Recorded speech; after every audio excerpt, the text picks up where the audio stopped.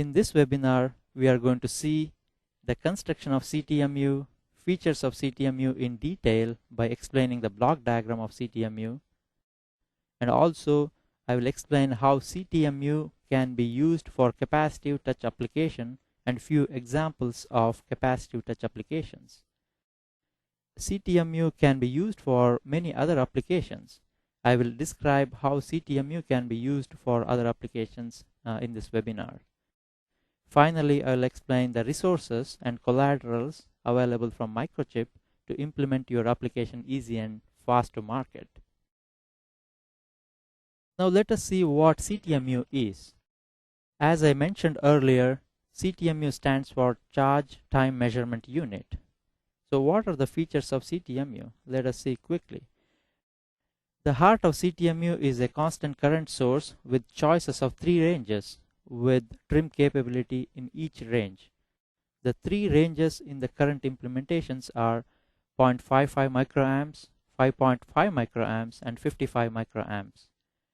Each of these current ranges can be trimmed up to plus or minus 62%.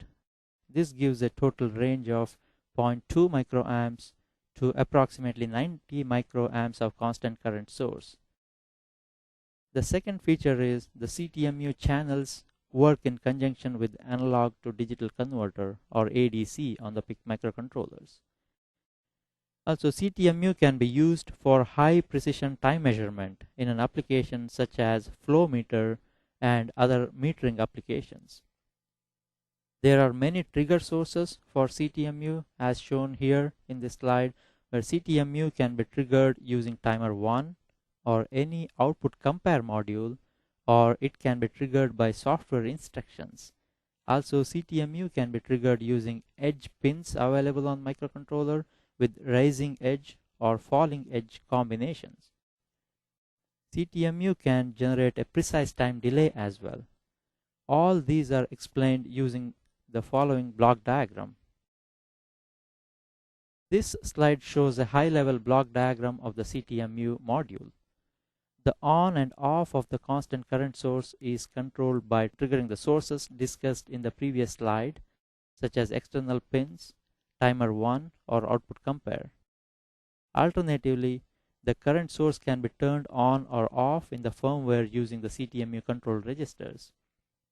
The control registers or special function registers CTMU con and CTMU icon are used to set up the CTMU operation.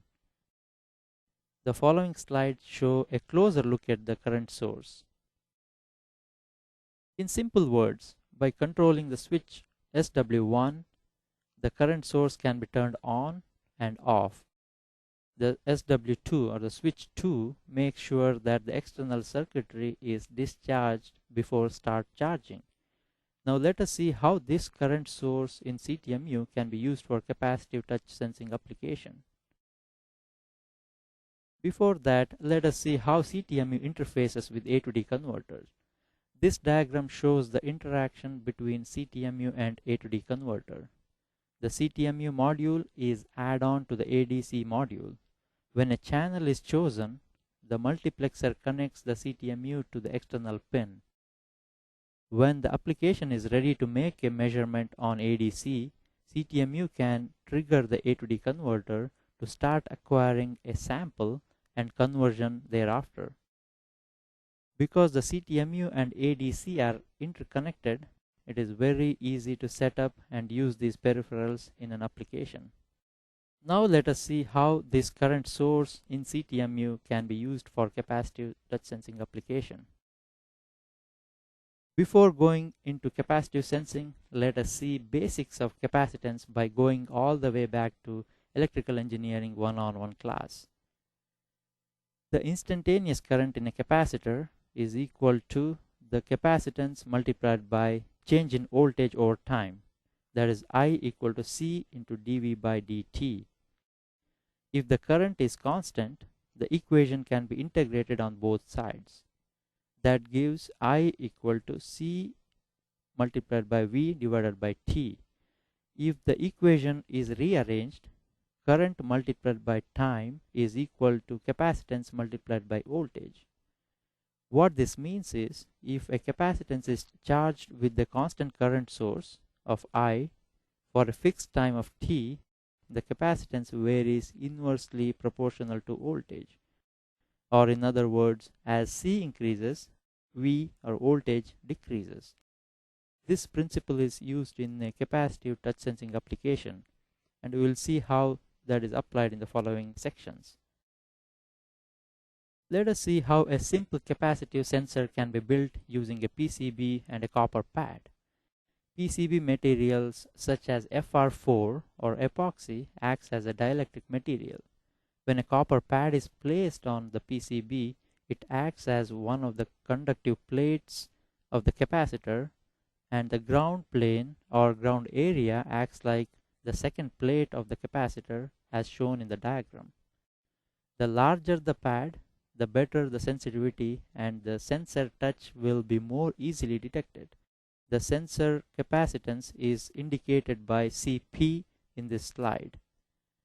When a finger touch is introduced on the sensor pad, it adds a second capacitance Cf as shown in this diagram in parallel with the pad's capacitance. So the task of CTMU is to detect this change in capacitance when a human finger touches the PCB pad or capacitive switch. In this case, we call this capacitive switch because we are constructing a capacitive switch here. Let us see how this is done using CTMU. As shown here, all the elements of applying CTMU for capacitive touch sense application, the constant current source I from CTMU charges the capacitive sensor for a fixed time. The charge time is controlled using the CTMU trigger inputs discussed in earlier slides. The total capacitance of sensor includes the sensor capacitance CSW, the stray capacitance in the traces and circuit, and capacitance due to A to D converter connections. Typically, a value of a sensor Cp is in the range of 30 pf to 100 pf. Typically, human body has about 7 pf to 20 pf of capacitance. When a finger is introduced on the pad, it adds a parallel capacitance to the sensor capacitance, thus making the total capacitance to 37 picofarad in this example. Typical time used to charge the capacitance is about 4 to 5 microseconds. ADC is used to measure the charge buildup or V in the capacitance.